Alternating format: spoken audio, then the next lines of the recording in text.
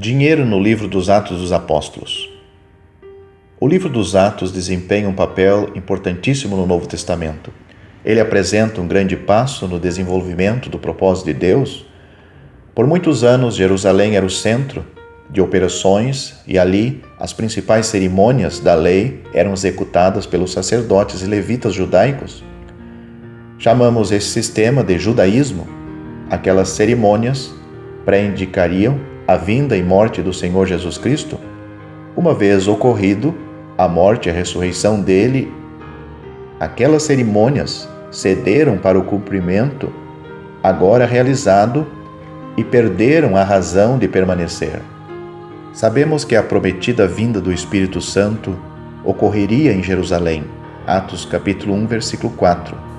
Mas observamos que após a morte de Estevão, a perseguição fez com que todos foram dispersos pelas terras da Judéia e da Samaria, exceto os apóstolos. Atos capítulo 8, versículo 1. Inicia-se um afastamento de Jerusalém. Vemos o Evangelho penetrando terrenos samaritanos, capítulo 8, e terrenos gentílicos, capítulo 10. Tomamos nota, em capítulo 11, de uma igreja formada em Antioquia, e é evidente que não buscaram autorização da igreja em Jerusalém para isso. E quando Barnabé foi enviado de Jerusalém para ver o trabalho novo, ele não lhes chamou a atenção por não terem pedido autorização da matriz em Jerusalém. Esta cidade, de fato, era a capital da religião dos judeus, mas agora vemos a grande mudança. Não havia mais sede aqui na terra.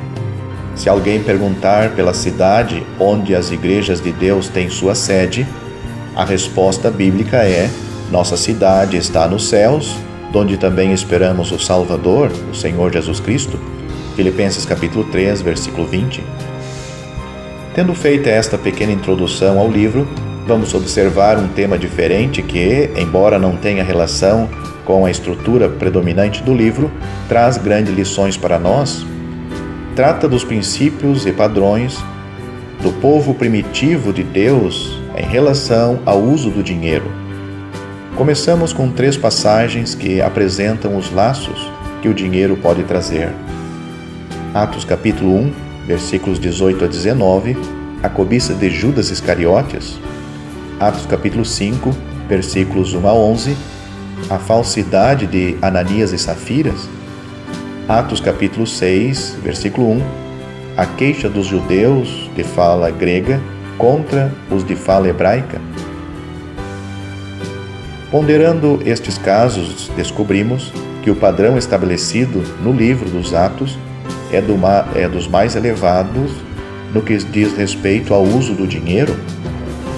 Embora seja evidente que Judas não era salvo, não podemos deixar de perceber a lição solene que sua lamentável queda deixa para nós.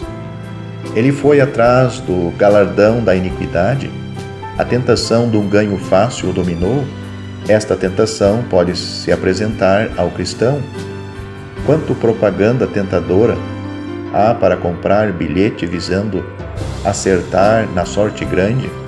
Pode dar um prêmio milionário, e isto sem trabalhar, mas cada ganhador na loteria recebe à custa de milhares de outros que perderam seu dinheiro. Embora não atingindo a gravidade do pecado de Judas, o ganho fácil oferecido pela loteria não é para o crente. O Filho de Deus não depende da sorte, mas sim da direção e provisão do seu grande Deus. Ficou estabelecido desde o primeiro dia, Atos capítulo 1, versículo 18, que ganho que compromete a elevada moral do crente no Senhor Jesus Cristo deve ser descartado. A leitura cuidadosa de Atos capítulo 5, versículos 1 a 11, mostra que o pecado de Ananias e Safira foi por levar perante os apóstolos apenas uma parte do dinheiro da venda da propriedade, mas dando a entender que essa parte era o valor total da venda.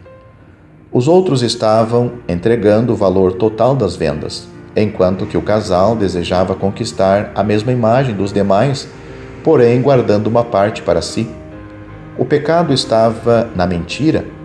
Situações bem iguais dificilmente surgem hoje, mas a passagem indica o elevado padrão esperado entre o povo de Deus. O juízo de Deus frente ao ganho através da mentira se manifestou da maneira mais severa. A tentação do ganho através de mentira ainda existe. O governo criou há uns 20 anos o seguro-desemprego. A medida visava amenizar a situação do funcionário que ficou sem serviço. Logo, muitos viram uma oportunidade de aumentar o ganho. Era só trabalhar frio por uns meses e, ao mesmo tempo, receber o seguro. Defendem o desfalque, alegado que oficialmente não estão trabalhando. A versão do fiscal seria bem diferente. Aquele que fosse pego seria incriminado e obrigado a devolver o que recebeu e com certeza seria fichado. Tais ganhos através da mentira não são para o povo de Deus. É evidente em Atos capítulo 6, versículo 1, que havia um espírito de solidariedade entre os primeiros crentes em relação às viúvas. É mais uma manifestação do grande amor que permeava o ambiente naqueles dias, mas surgiu uma queixa. Todos eram judeus, mas havia uns que não falavam o hebraico, só o grego. Estes últimos foram prejudicados, suas viúvas ganhavam menos. Quem sabe, por não falarem a língua tradicional judaica, sofreram certas desclassificação. Pela atitude dos apóstolos, percebemos que a queixa era justa, e assim mandaram escolher 7 homens de boa reputação. O negócio era considerado importante e assim precisava ser entregue a irmãos espirituais. Um problema na área financeira pode gerar sérios problemas numa igreja? O exemplo do livro dos Atos é que este setor deve estar nas mãos de homens competentes, de bom testemunho e cheio do Espírito Santo. Tendo considerado 3 passagens que mostram a atitude dos crentes primitivos, a má prática em assuntos financeiros, podemos agora encontrar pelo menos 3 passagens que demonstram o espírito de abnegação e generosidade que marcava o povo de Deus naqueles dias. Atos capítulo 2, versículos 44 a 45, Atos capítulo 4, versículos 32 a 37 e Atos capítulo 11, versículos 28 a 30. A comparação entre as primeiras 2 passagens manifestam a tremenda influência da presença e atuação do Espírito Santo na alma de cada um. Parece que as coisas terrenas perderam seu valor quando comparadas com as bênçãos da salvação. O dinheiro não mais cativava o coração, as pregações eram com grande poder e em todos eles havia abundante graça. Atos capítulo 4, versículo 33. Não havia ninguém que não participasse do grande gozo da hora. Nem o mundo, nem a abastança financeira tão cobiçada podia ser comparada com a realidade da crença em Cristo e o efeito do poder da sua ressurreição. É possível que nunca mais se atingisse este nível, mas esta demonstração nos primeiros dias apresentam as alturas espirituais que são possíveis para os salvos. A passagem em Atos capítulo 4 amplia mais o que realmente aconteceu. Não era um comunismo como se conhece no mundo de hoje, porque aquilo é imposto com toda a severidade da lei. Neste capítulo, a repartição dos bens materiais era totalmente voluntária. Não havia nenhuma obrigação de abrir mão dos bens, a não ser a obrigação criada pelo profundo amor e a união íntima que o Espírito Santo criou entre os crentes. É evidente que havia situações de carência e necessidade urgente. A repartição atendia estas necessidades. Atos capítulo 4, versículo 34. Quem vendeu suas propriedades e casas eram donos de propriedades além do que precisava. Veja o caso de Barnabé, versículo 37.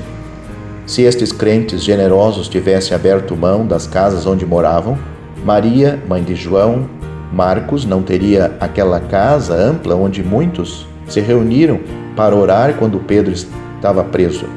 Atos capítulo 12, versículo 12. Em Atos capítulo 11, versículos 27 a 30, vemos outro caso que, junto com os anteriores, apresentam o nobre uso a que o dinheiro pode ser aplicado. Através de uma profecia, um dos dons dos primeiros tempos cristãos, veja Efésios capítulo 2, versículo 20, foi indicado que haveria uma grande fome em todo o mundo. Prevenindo-se, os discípulos, em Antioquia, determinaram mandar, cada um conforme o que pudesse, socorro aos irmãos que habitavam na Judéia. Versículo 29.